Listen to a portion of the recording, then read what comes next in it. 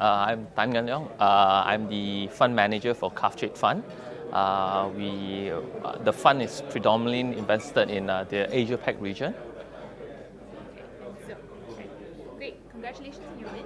Thank you. So can you please tell us a little bit about the fund and maybe what are the themes and its holdings that contributed to its performance? So in 2022, it was a very challenging year. After the Russian invasion of Ukraine, you saw a lot of volatility in the markets. Fortunately for us, during that period, we actually increased our exposure into mining stocks and specifically in Indonesia. So that have been one of the key contributors to our fund performance last year. As you know, the energy crisis in Europe, certain stocks within the energy sector, it did extremely well last year. On top of that, we also, fortunately for us, at the start of the year, we actually reduced our exposure to technology stocks and increased our exposure to the tourism and leisure sectors. We actually made quite a fair bit of investments in Japanese hotels. That also contributed to our outperformance last year. Okay, great. So could you maybe elaborate a little bit about your long-term success and key strategies that applied to your fund? So basically, this fund, the key strategy that we have always been doing is it's very much a thematic fund. So essentially, we do not stick to one strategy and apply it throughout the year. Or throughout the past few years. What we do is we look at the current circumstances at this point of time, which sectors would benefit in this environment. So then we will position our portfolio accordingly. So the key strategy here is the ability to adapt to different situations. And thankfully, the support given by our CEO, the team especially, we are given the platform to actually implement this strategy effectively. And then furthermore, teamwork is extremely important for us. The core team have been together, I think, for the last 5 years, and you can see it had contributed to the strong performance of not just my fund, but the funds managed by my colleagues as well. Okay, great. So with that, what can you say about the outlook for 2023? Okay, 2023, I would say what we actually start to see last year is there's a shift in goods consumption to services. So that's also the reason why inflation numbers have been unusually stubborn, despite interest rates have been rising at a very rapid pace. So what we did is we start to position our portfolio. We increase actually our exposure to the tourism and leisure sector, which is now our favorite sector at this point of time.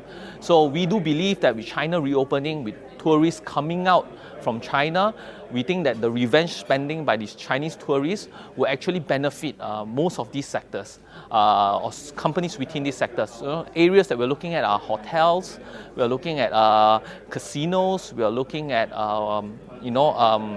beverages, the retail brands, retail outlets. We think that overall, the supply will not be able to increase as quickly as the demand comes in. And over the years during the COVID crisis, we think that a lot of hotels have closed down, retail outlets have closed down because of the crisis, pandemic.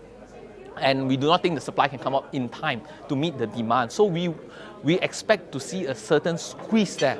So, and with that squeeze, there should be margin expansion within these sectors, and we think that the market have not fully priced in that scenario yet. Great. And then let's now look back in the past a little bit, because that's very optimistic. What was 2022 like in terms of the changes and the things that, well, everyone expected it to be a good year, but then obviously it was not. So can you talk a little bit about that, about the challenges of the past 12 months? Okay, so I think the key challenge that most fund managers face, not just myself, is geopolitical risk and also policy risk, especially in my case, because I'm managing a regional fund where we have exposures to multiple countries. Geopolitical risk is it's a key issue for us, especially when certain policies come out from the respective government, it would actually impact the performance of not just one stock but across the whole segment, the whole region itself. So we have to be very mindful of that.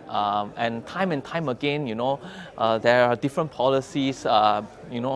I think the trade tensions have been well published and well spoken about.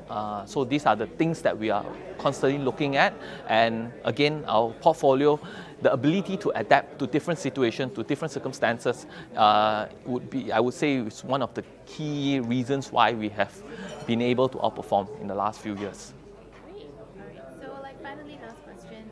Just, do you have any words of advice or market trends words of advice for investors or market trends for investors to look out for the coming year? Okay, so a word of advice is what I've always told investors is always stay invested. So for us, my job as an institutional fund manager, we always try to stay invested at all times. Essentially, our role is, it's very difficult to time the market. That's how we always look at it. So in the way that what we do is we move to different sectors, because actually if you look at historically, during tough times, during the crisis periods, there will always be sectors that are doing well. So it's the ability of the fund manager to look for these sectors, to invest in these sectors, and that's what we constantly have been looking at. So always stay invested. I think it's very difficult to time the market. I think historically, if they took a chart, it pays to stay invested, because essentially we have a tendency to always sell during the peak of the crisis, because usually it's those times where the fear is peaking. Now, as for what I see in trend is, I do think that there will be pockets of opportunities here and there. Overall, market have been weak. There's a lot of fears right now, especially with the banking crisis in America, and also as well in Europe, with the Credit Suisse crisis. But nevertheless, I do not believe that it will stop certain areas that will continue to grow. Area that I've mentioned earlier, the tourism and leisure sector. Those areas, I think they are bound to benefit, because imagine being locked down for the last few years, right? And now the Chinese are allowed to fly out. In the first half of the year, there's still insufficient flights, but we think that there's more flights coming in, and when the flights start to come in, they will start to go out there and they will start to spend. So we think that this should benefit our region especially. So we will have to look for opportunities where we can benefit from it. So some areas we stay out of, and I think some sectors will still continue to do well. Great. All right. That's all. I think that's great. Thank you so much. Thank you. Thank you very much.